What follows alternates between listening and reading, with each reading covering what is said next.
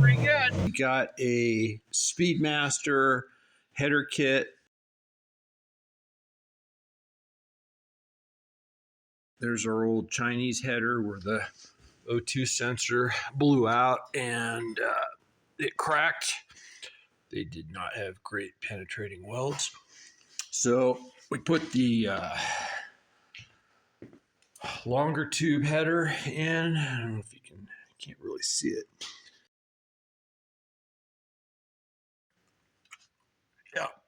So the longer tube header welded in O2 bungs. Still learning how to TIG, so don't be too critical. Welded a couple in here. This isn't my best welds on that one. That one's a little better there. So this thing comes like this with, so these are 2-inch. This is the downpipe, 2-inch, and then has the collector like that, goes in to your 2 1/4. Not acceptable. So cut that baby off right there. You can see how big their O2 bung is, very constrictive.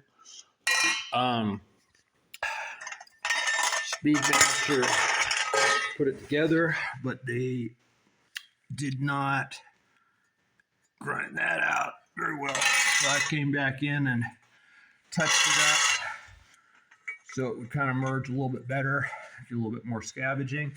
So that was 2 1/4. That's 3-inch. So if you can see the difference, we got 2 1/4 here, 3-inch there, baby.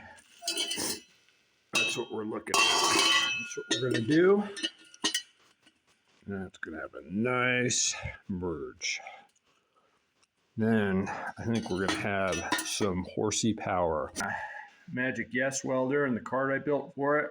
I'll be doing a separate video on that. That's what I'm using. I like it so far. I mean, I don't have a lot of experience with TIG or anything, but liking the welder, love the price. Got it off of Amazon. Got this angle off of Amazon, universal exhaust tip. So got this off of Facebook Marketplace off a guy.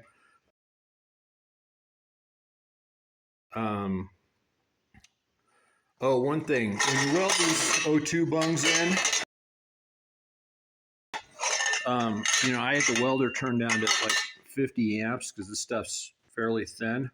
I think it was 0.049, so I went 50 amps on the TIG and went around and welded it, and you can see it ate in pretty good on those, and you need a chaser afterwards. I've seen people that just kind of go around and spot weld it all the way around that.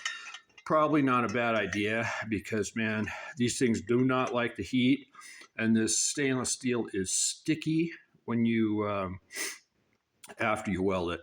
So that's what we got so far. I get to weld in 4 of these bungs like this. Lots of good practice.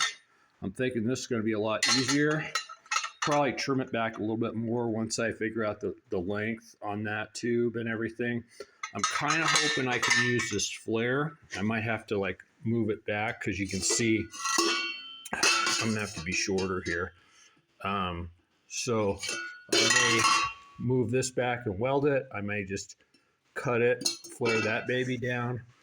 We'll see how we end up, but hoping I can probably kick this out a little bit more. What I've done when I've done these before is, I haven't done one of these before, but I've done merge pipes. You get your merge pipe where you can slip it up and then take a pen and mark it around and then trim it back. So that's what I'm going to be doing. But this baby's going to flow like there's no tomorrow.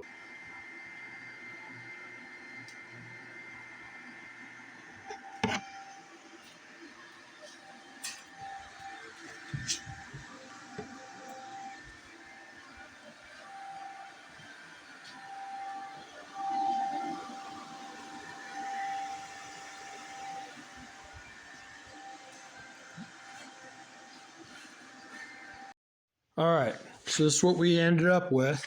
So as you remember, we cut off this pipe that went to a 2 1/4 on this. This is the down pipe for a Speedmaster exhaust for a Jeep TJ or straight 6. We had to hit the front number 1 cylinder pipe a little bit and massage one of the brackets to get it in.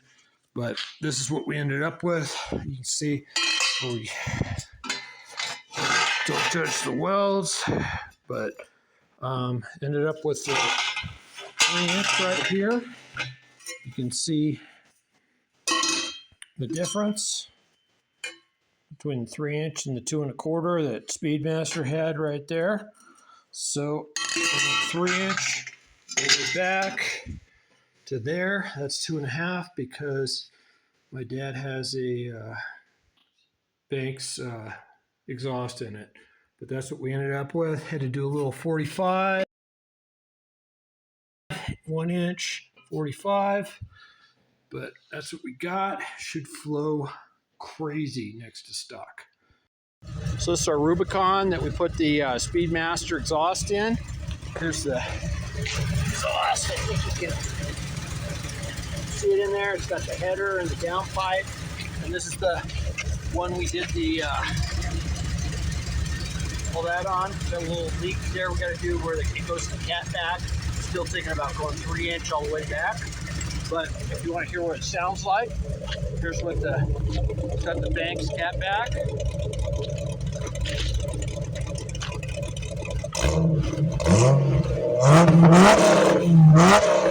Pretty good.